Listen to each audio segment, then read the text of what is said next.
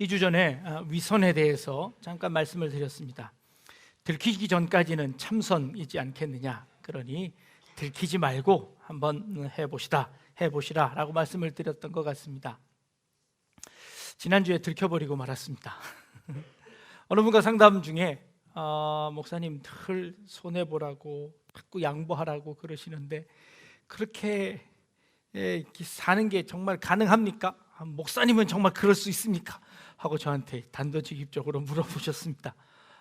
순간 뜨끔해서 제가 무슨 대답을 해야 할지 잠깐 머뭇거렸습니다. 어떨까요? 정말 그렇게 사는 것이 가능할까요?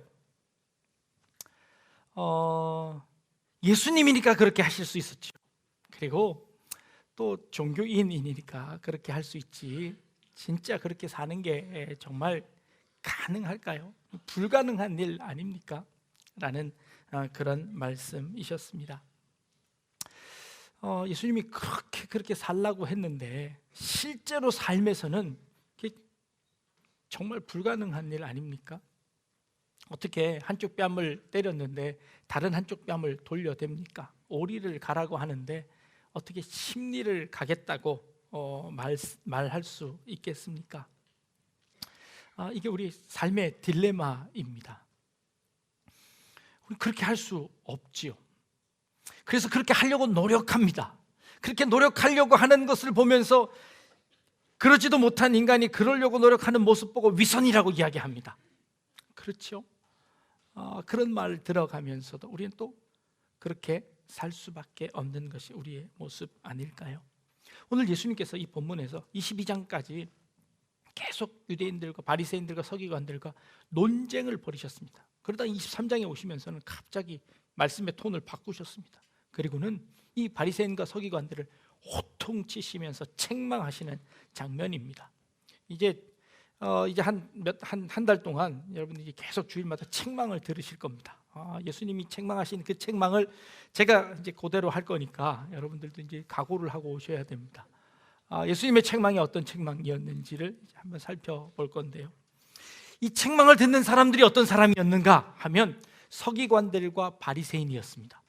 서기관들은 어떤 사람이었나요?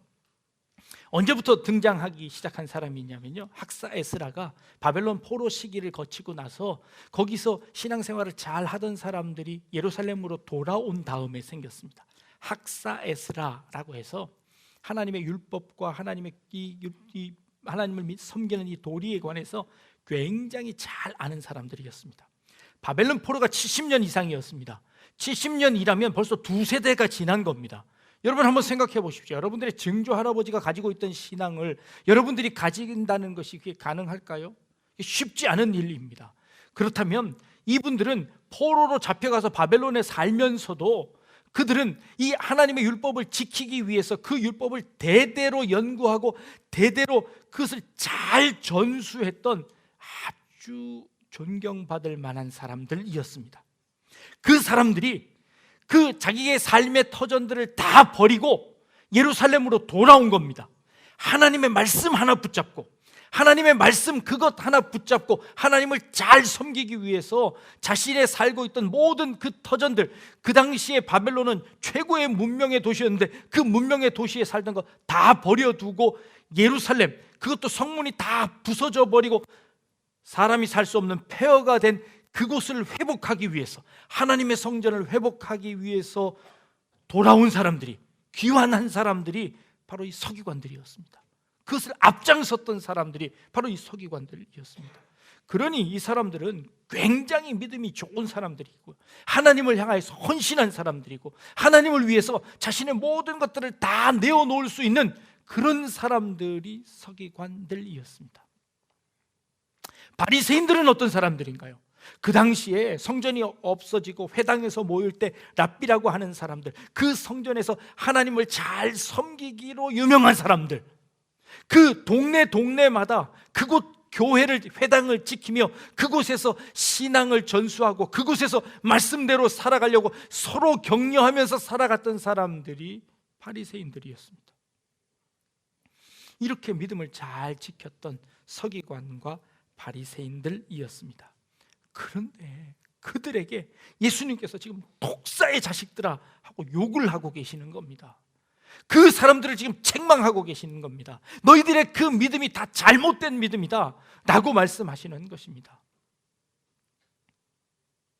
주일이면 옷을 잘 차려입고 시간 맞춰서 일찍 와서 예배드리는 여러분들, 참 신앙생활 잘 하시는 것이죠.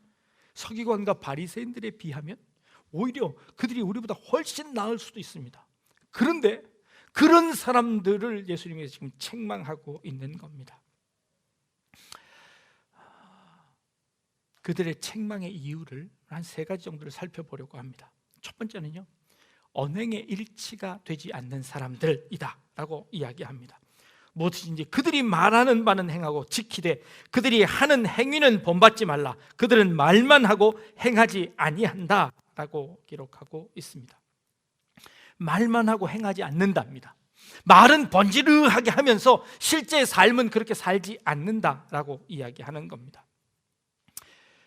솔직히 한번 얘기해 보십시오. 우리 가운데 자기가 말한 대로 지킬 수 있는 사람들이 얼마나 될까요? 불가능한 것 아닐까요?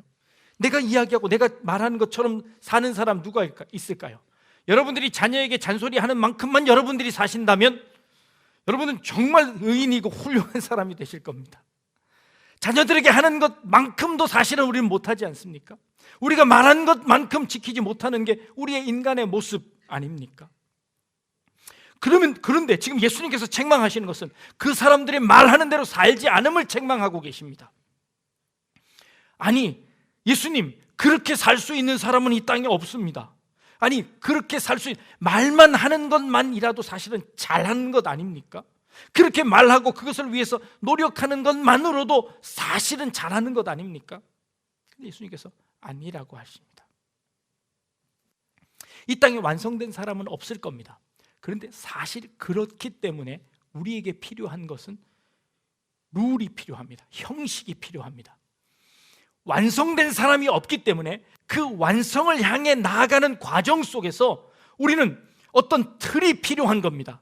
형식이 필요합니다. 절차가 필요합니다. 그래서 율법이 필요한 겁니다. 율법을 만든 이유는 우리가 하나님의 사람으로 완성되어져 가는 과정이 어렵고 힘든 일이고 그것이 쉽게 달성될 수 있는 일이 아니라는 것을 알기 때문에 우리는 그 완성을 위해서 조금이나마 한 걸음 나아가기 위해서 형식을 만드는 겁니다. 틀을 만들고 그 틀대로 조금이나마 하나님께 나아가려고 하는 이 마음, 이것을 위해서 틀을 만드는 겁니다. 바리새인들과 서기관들은 그런 하나님을 사랑하는 그 마음 때문에 그 틀을 만들고 그 율법을 만들었던 것이죠. 그런데 예수님께서 지금 책망하시는 것은 그 틀만 남고 그 안에 있는 하나님을 사랑하는 것은 다 없어졌구나 라는 것을 책망하고 계시는 겁니다. 지난주에 말씀드렸습니다. 가장 큰 율법이 뭡니까? 하나님을 사랑하고 이웃을 사랑하는 겁니다. 이것이 율법의 완성이랍니다. 그 율법을 다 잘 지키면 하나님을 정말 사랑하고 이웃을 정말 사랑하게끔 되는 것입니다. 그리고 하나님을 사랑하고 이웃을 사랑하는 것을 잘 표현한 것이 율법입니다. 그런데 그 율법 속에 그 사랑은 다 잊어버리고 그저 껍데기만 남았구나 하고 책망하시는 것이죠. 그래서 가장 큰 율법은 하나님을 사랑하는 그 사랑이다 라고 말씀하셨습니다. 마찬가지입니다. 우리가 하나님을 사랑해야 합니다. 하나님을 사랑하기 때문에 우리는 하나님을 사랑하는 방법들을 자꾸 찾으려고 하죠. 하나님을 사랑하기 때문에 내가 하나님께 이것도 해드리고 싶고, 하나님을 사랑하기 때문에 내가 이것도 하고 싶습니다. 하나님을 사랑하는 그 마음 때문에, 아니 내가 이웃을 사랑하기 때문에 그 이웃을 위해서 내가 뭔가 할 수 있는 것이 없을까 찾다가 상자를 만들어서 주기로 한 겁니다. 그런데 그것 만드는 것이 율법이 될 수 없지요. 그것 하면 잘하는 것이고 그것 안 하면 못하는 것인가요? 아니요, 그런 것 아닙니다. 우리의 마음을 어떻게 하면 표현할 수 있을까 해서 만든 여러 방법들이 그런 것입니다.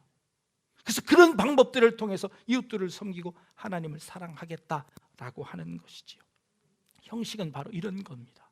이 형식이 그 속에 있는 사랑은 빠져버리고 그 속에 있는 내용은 빠져버리고 그저 그 형식만 남아있다면 안 되는 것이다. 그럴 바에는 나는 그런 형식들을 다 버린다. 그래서 그 형식을 다 버리면 어떻게 될까요? 그러면 그 사랑을 담을 수 있는 데가 없습니다. 나는 꼴도 보기 싫으니까 나는 그런 율법들 다 안 해. 나는 안 지켜. 나는 교회 가보니까 막 싸우기만 하고 난 그래서 교회 안 나가. 이게 아니라는 겁니다.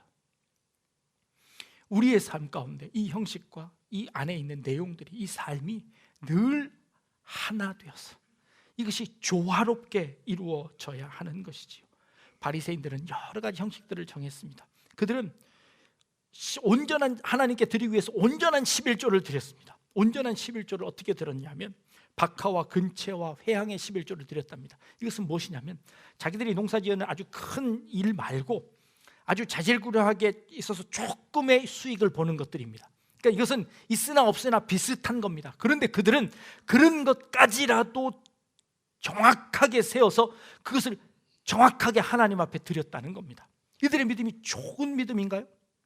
하나님께 하나도 속이지 않고 자기 삶에서 아주 부수입으로 조금 들어온 것, 그것까지도 하나님을 속이지 않고 정확하게 해서 하나님 앞에 드렸다는 것이죠. 잘한 걸까요? 여러분 한번 시장에 가셔서 정육점에 가서 고기를 사실 때 그냥 한 근 달아주십시오 하고 한 근 달면 정육점 주인이 1g까지 탁 잘라서 싹 고기를 잘라서 딱 제하고 정확하게 한 근을 달아서 주는 집하고 그냥 덤으로 덤뿍 잘라서 주는 집하고, 여러분들 어느 집 가시나요? 네, 덤으로 듬뿍 주는 데 가시지요. 정확하게 칼로 탁 잘라서 정확하게 해주는 집은 정이 없다고 합니다. 자, 하나님께 예물 드릴 때 나의 이 박하의 11조까지 쫙 잘라서 드리는 게 좋은가요? 아니면 덤으로 덕 해서 하는 게 믿음이 좋은 건가요? 어떤 게 더 좋은 걸까요? 처음의 시작은 하나님을 향한 사랑이었습니다. 그래서 하나님께 조금 더 드리고 싶은 마음에서 그렇게 잘라서 했던 것입니다. 그런데 오히려 그것이 때로는 하나님께 매정하게 자르는 것이 될 수도 있다는 겁니다. 반면 어떤 분들은요, 성격상 정확한 것을 좋아하는 분들이 있습니다. 정육점에 가서 더 준다 그러면 난 더 주는 거 싫다고 정확하게 달라고 하는 분이 있습니다. 그런 분은 그것이 그분의 마음입니다. 그것이 그분의 마음이어서 하나님께 그렇게 드리고 싶은 마음에서 정확하게 정직하게 드리는 것이 옳습니다. 또 어떤 분들은 그것을 자르는 것이 인색해 보입니다. 그래서 나는 하나님께 그렇게 정확하게 자르지 않으랍니다. 나는 내가 하나님 앞에 조금 더 들어가면 어떻고 조금 못 들어간다고 하나님께서 나를 나무라시는 것도 아닐 텐데, 그렇게 여유롭게 생각하시는 분은 그렇게 해도 괜찮습니다. 당신은 이렇게 정확하게 안 드렸으니까 당신은 잘못된 겁니다. 아니, 당신은 어떻게 그렇게 인색하게 드릴 수 있습니까? 상관없습니다. 그 형식이 문제가 아니라 그 마음이 문제입니다. 내가 그 하나님께 어떤 마음을 가지고 있느냐라는 것이지요. 어느 것도 틀리지 않습니다. 그러나 만약 그 형식이 없다면 어떻게 될까요? 나는 그렇게 할 바에는 안 해. 나는 그렇게 할 바에는 안 해 라고 하면 그것은 더 잘못하는 것입니다. 우리의 마음을 담을 수 있는 형식을 만드는 것이죠. 지난 한 해의 삶을 돌이켜봅니다. 내가 하나님을 얼마나 사랑하고 이웃을 얼마나 사랑했을까요? 그래서 내가 그 하나님을 위해서 한 게 무엇입니까? 내가 지난 한 해 동안 하나님을 위해서 내가 이런 신앙의 훈련들을 했습니다. 내가 이런 일들을 이웃들을 위해서 했습니다. 잘 하셨습니다. 그러면 내년에는 내가 마음을 조금 더 담는다면 내가 어떤 형식으로 하나님께 드릴 수 있을까요? 내가 조금 더 나아간다면, 내 신앙이 조금 더 성장한다면, 내가 하나님을 향한 사랑이 조금 더 늘어났다면 어떻게 하면 될까요? 여러분들이 나름대로 생각하시는 것이죠. 이것은 율법에 얽매여 있는 것이 아닙니다. 내가 하나님을 향한 사랑을 고백하는 것입니다. 그런 차원에서 우리의 마음을 형식으로 표현하는 것이죠. 지난 한 해 동안 4번의 봉사가 있었습니다. 여러분 1년에 한 번씩만 꼭 와주십시오 라고 했습니다. 참석하신 분들도 있고 여러 사정 때문에 못하신 분들도 있습니다. 내년에는 내가 꼭 한 번 하겠습니다. 내년에는 내가 무슨 일이 있어도 한 번 봉사하도록 하겠습니다 라고 마음에 작정하시는 것이죠. 그것을 해서 잘하고 못해서 못하고 이 차원이 아니라 내가 하나님을 향한 사랑을 어떤 방법으로 표현할 수 있는지, 여러분들의 삶의 형편 가운데, 여러분의 삶의 정황 가운데 내가 하나님을 사랑하는 이 사랑의 이 마음을, 내가 이웃을 향한 이 사랑의 이 마음을 어떻게 하면 표현할 수 있을까라는 것을 고민하며 하나씩 결정하는 것, 이 형식이죠. 이게 진짜 사랑을 표현하는 것입니다. 그렇게 하지 못하는, 언행에 일치가 되지 못하는 사람들, 그래서 위선자라고 하는 겁니다. 그들의 삶의 변화가 없이 그저 형식에 얽매여서 그것만을 지켜내고 그것을 다 한 것처럼 생각하는 것, 이런 위선자들이 되어버린다는 것입니다. 바리새인들과 서기관들이 그렇게 변해버렸다는 것이지요. 그렇게 살지 말라는 겁니다. 그것을 경고하고 계십니다. 우리 이 자리에 참석하시는 우리 성도님들은 그런 위선자가 아니라 정말 이 여러분들의 완성되어져 있지는 않지만, 그러나 그 하나님의 사랑을 표현하기 위해서 조금의 형식들을 조금은 자라나는, 그리고 조금 더 우리의 마음을 표현할 수 있는 그런 우리 성도님들이 될 수 있기를 주님의 이름으로 축복합니다. 두 번째는요, 이 바리새인들이 책망받은 것은 모든 행동을 남에 보이기 위해서 했다는 겁니다. 남에게 보이기 위한 행동, 이들이 왜 남에게 보여야만 했을까요? 이들이 자기가 하는 선행과 자기가 하는 이 신앙생활이 왜 남들에게 드러나야만 했을까요? 하나님께 기도하고 하나님께 우리의 삶을 보여드리는 것은 쉽게 표가 나지 않습니다. 때로는 하나님께 드린 것이 하나님으로부터 어떠한 반응도 받지 못할 때가 참 많습니다. 하나님 말씀대로 선행을 했습니다. 하나님, 내가 이렇게 선행을 하면 하나님 나한테 뭘 주시겠습니까? 우리의 생각은 늘 내가 뭔가를 하면 그것에 반대급부를 받기를 원합니다. 근데 그것이 하나님으로부터 내려오는 것이 쉽지 않습니다. 내가 하나님의 그렇게 잘 섬겼는데 하나님 나한테 해준 게 뭡니까? 하나님이 때로는 우리에게 잠잠하십니다. 때로는 우리에게 눈에 보이는 축복들로 하나님이 살아계심을 보이실 때도 있지만, 그러나 하나님의 그 나타나심들이 때로는 잠잠할 때가 많습니다. 그런데 이 유대인들은 그 하나님의 잠잠하심 앞에서 그 하나님의 확인받는 것을 사람에게 받으려고 합니다. 그러다 보니 그 사람들에게 자꾸 높임을 받아야 된다는 겁니다. 남에게 나의 행동을 보여주어야지 그것에 대한 대가를 받는 것입니다. 사람들은 자꾸 자기의 한 행동들에 어떠한 대가를 받기 원합니다. 하나님이 인정해 주시지 않는다면 그러면 사람으로부터라도 인정받아야 되겠다 하는 것이 그들의 욕망이었습니다. 그러다 보니 자꾸 사람들에게 이야기를 해야 합니다. 내가 이런 일을 했고 이런 일을 했습니다. 그러니 나를 좀 알아주십시오.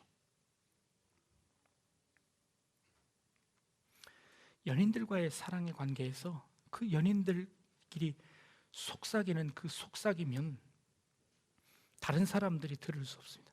만약에 다른 사람들이 그 속삭임을 듣는다면 어떨까요? 어쩌면 굉장히 유치할 겁니다.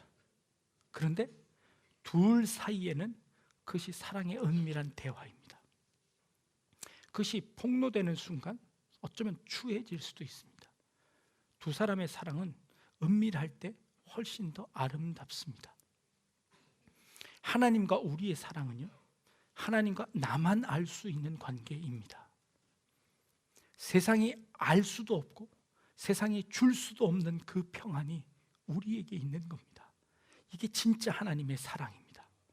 우리는 자꾸 그 사랑이 남들에게 드러나 보이기를 원합니다. 자꾸 그 사랑이 자꾸 겉으로 드러나서 남들에게 자랑하기를 원합니다. 그게 진짜 사랑인 줄 압니다. 하나님이 내게 축복해서 내가 이렇게 높은 지위에 올랐습니다. 하나님이 내게 축복해서 내가 이렇게 부를 얻었습니다. 하나님이 내게 함께 하셔서 우리 자녀들이 이렇게 축복을 받았습니다.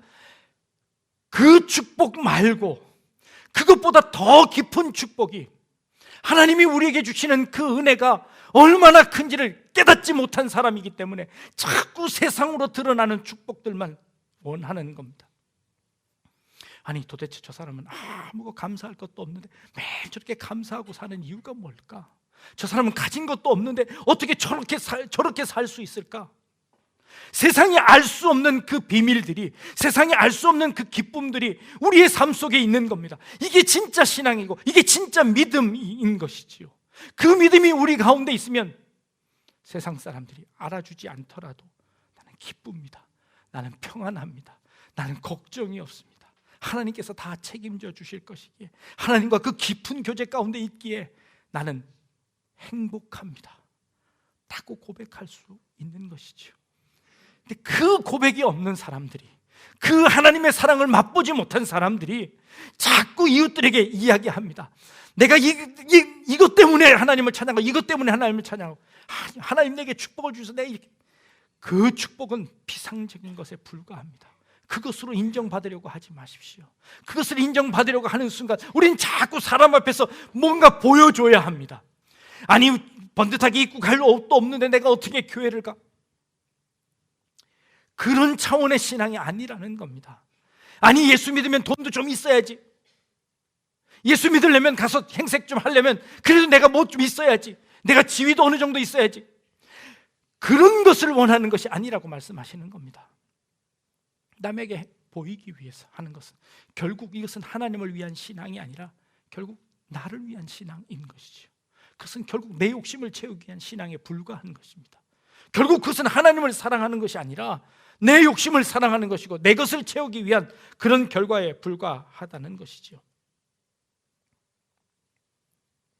그래서 자꾸 남에게 보이려고 하는 것, 그래서 그들이 정말 하나님의 사랑을 체험하지 못했기 때문에 자꾸 남에게 보이는 것들로만 채우려고 했던 그들을 경고하시는 겁니다.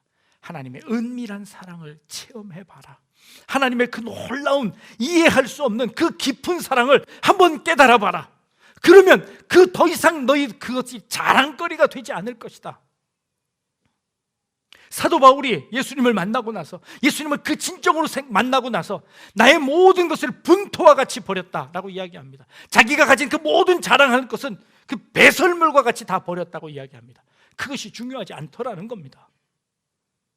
다 배설물처럼 버리고 하나님의 그리스도의 사랑만이 내게, 그리스도의 은혜만이 내게 넘침을 나는 감사한다 라고 이야기하는 것이죠.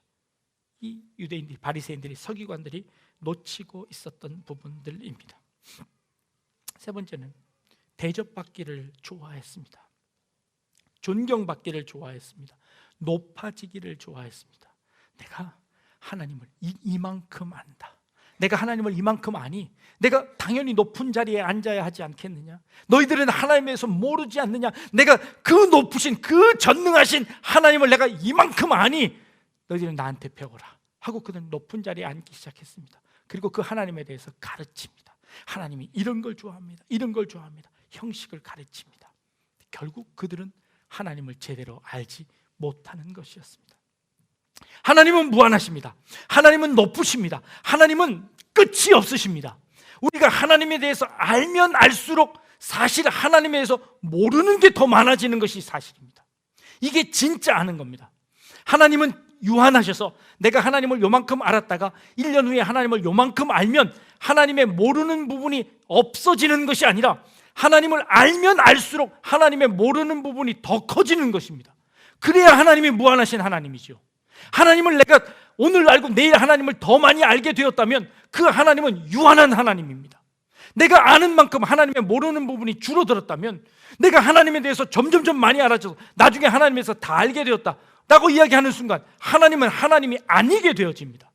하나님을 안다는 것은 무엇이냐면, 내가 하나님을 요만큼 알고 하나님을 더 많이 알게 되었더니 내가 하나님을 모르는 부분이 더 많아졌습니다. 이게 하나님을 제대로 아는 것이죠.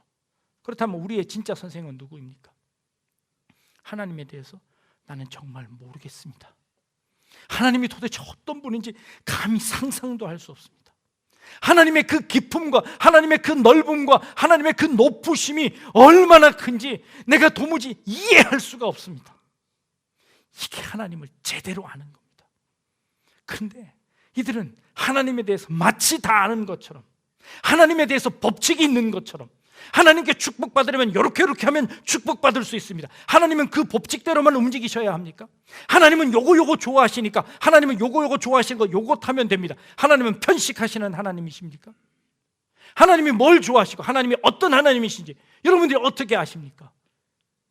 내가 이럴 때 하나님께 이렇게 구했더니 하나님께서 내게 이런 은혜를 주셨습니다. 하나님에 대해서 우리가 고백할 수 있는 것은 그 하나님의 무한하심입니다. 내가 뭘 했는지도 모르겠는데, 아니 내가 하나님께 아무것도 한 것도 없는데 하나님이 내게 그냥 은혜 주시던데요. 내가 하나님께 아무것도 드릴 것 없어서 그저 내가 사랑하는 이 마음 가지고 내가 그저 이렇게 표현해 봤더니 하나님께서 이런 걸 주셨습니다. 근데 도대체 왜 주셨는지 잘 모르겠습니다. 하나님이 왜 이렇게 하셨는지 내가 잘 이해 못합니다. 그런데 하나님이 해주신 것이 내게는 아주 큰 은혜입니다. 내가 이해할 수 없지만, 내 인생이 왜 이렇게 됐는지 나는 알 수 없고 내가 설명할 수 없지만, 그런데 이것이 다 하나님께로부터 왔기 때문에 내가 그것으로 인해서 감사합니다. 내가 이 하나님을 찬양합니다. 이 하나님이 내게 은혜입니다 라고 고백하는 것이, 이게 진짜 믿음 아닐까요? 이게 진짜 하나님을 아는 것 아닐까요? 발생과 서기관들은요, 율법을 잘 알았습니다. 그래서 그 율법을 이렇게 잘랐습니다. 하나님은 이런 분이고 이런 분이고 이런 분이셔서 하나님은 요걸 좋아하시고 이렇게 해야만 하나님이 좋아하십니다. 당신은 이렇게 하십시오. 당신은 왜 그렇게 못합니까? 하나님을 이해하지 못한 겁니다. 하나님을 모르는 사람들이었습니다. 하나님을 제한했습니다. 하나님을 율법에 가두어 버렸습니다. 그 하나님은 그런 분이셔야 했습니다. 아니요, 하나님은 그런 분이 아닙니다. 하나님은 우리가 생각하는 것보다 훨씬 크고 훨씬 넓고 훨씬 더 깊은 분이십니다. 그 은혜는 감히 상상도 할 수 없지요. 그래서 그 하나님이 내게 은혜를 베풀어 주셨습니다. 세상이 알 수도 없는 은혜를, 세상이 줄 수도 없고 세상이 알 수도 없는 그 은혜를 내게 주셨습니다. 그러니 나는 이제 더 이상 세상 사람들에게 자랑할 것도 없고 그 사람들 위해 높아질 것도 없고 그들 앞에 나를 내세울 것도 없고, 하나님이 주시는 그 은혜만으로도 나는 충분합니다. 그리고 그 하나님의 사랑을 갚기 위해서 내 삶의 형편 가운데, 내게 주어진 환경 가운데 조금씩 하나님께 내 사랑을 표현하는 겁니다. 하나님, 내게 주신 은혜가 너무 감사하기에 내가 이것도 좀 해드리고 싶고요, 이것도 좀 해드리고 싶고 이것도 좀 해드리고 싶습니다. 이게 진짜 믿음이죠. 이게 진짜 신앙입니다. 율법으로 강제해서 당신 이것 해야 합니다, 이것 해야 합니다, 이것 하지 않으면 안 됩니다 가 아니라 정말 그 속에 들어있는 사랑을 담아 주님 앞에 드릴 수 있는 그런 우리 성도님들 되실 수 있기를 바랍니다. 지난 한 해 동안, 2018년 동안 우리를 지켜주시고 보호하시고 우리에게 베풀어 주셨던 남들이 이해할 수 없는 그 은혜들을 주님 앞에 고백하고, 그리고 그 하나님 앞에 우리의 감사를 표현하고 우리의 마음을 표현하는 그런 우리 성도님들 다 되실 수 있기를 주님의 이름으로 축복합니다. 기도하겠습니다. 하나님, 하나님의 그 사랑이 얼마나 크고 놀라운지 세상이 알 수도 없고 이해할 수도 없는 그 사랑이 우리의 마음속에 넘쳐나게 하시며 그 사랑을 고백하고 찬양하고 표현할 수 있는 그런 우리의 삶이 되게 하여 주옵소서. 감사드리며 예수님의 이름으로 기도합니다. 아멘.